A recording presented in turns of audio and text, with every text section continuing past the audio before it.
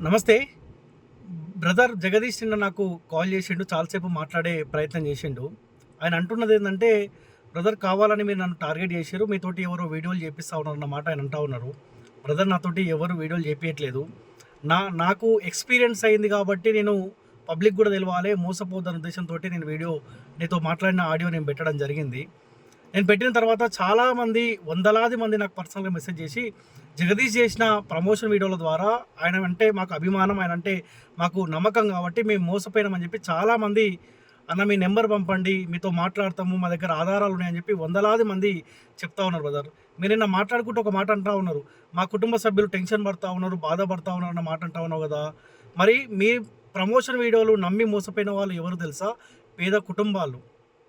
మీ కుటుంబం బాధపడితే మీకు అంత ఇబ్బంది అనిపిస్తూ ఉంది కదా. మరి మీ వీడియోలు నమ్మి, మీ ప్రమోషన్ వీడియోలు చూసి మోసపోయిన వాళ్ళ కుటుంబాలు ఎంత బాధపడి ఉంటాయి ఒక్కసారి జగదీష్ బ్రదర్ ఒక్కసారి ఆలోచించు. ఇంకా ఇద్దరు ముగ్గురితోటి వీడియోలు చేపించే ప్రయత్నాలు చేపిస్తూ ఉన్నారు కదా. నువ్వు జర్నలిస్ట్ కదా, ప్రజా సమస్యలపైన మాట్లాడొచ్చు అని మాట్లాడించే ప్రయత్నం చేస్తా ఉన్నావు కదా. బ్రదర్, నేను ప్రజా సమస్యలపైన మాట్లాడేటప్పుడు, కొట్లాడేటప్పుడు మీరు వీడియోలు కూడా చేయట్లే బ్రదర్. మీరు ఈ మధ్య కాలంలో ప్రమోషన్ వీడియోలు, పైసల సంపాదన కోసం మీరు వీడియోలు చేస్తూ ఉన్నారు. ఖచ్చితంగా అవకాశం ఉంది కాబట్టి పైసలు సంపాదించుకోవాలని కాదు అనట్లే. కానీ ప్రజలకు ఇబ్బంది అయ్యేలాగా మీ పైసల కోసం పేద ప్రజలు మోసపోతురన్న ఒక్క విషయం కూడా ఆలోచించకుండా వీడియోలు చేస్తూ ఉన్నారంటే ఒక్కసారి ఆలోచించండి. మీ దగ్గరికి వచ్చేసరికి, మీ కుటుంబాల దగ్గరికి వచ్చేసరికి మీకు అంత బాధ అనిపిస్తూ ఉంది కదా. నేను మీరు ఒక్కరే ప్రమోషన్ వీడియోల ద్వారా మోసపోయారు అని అనట్లేదు.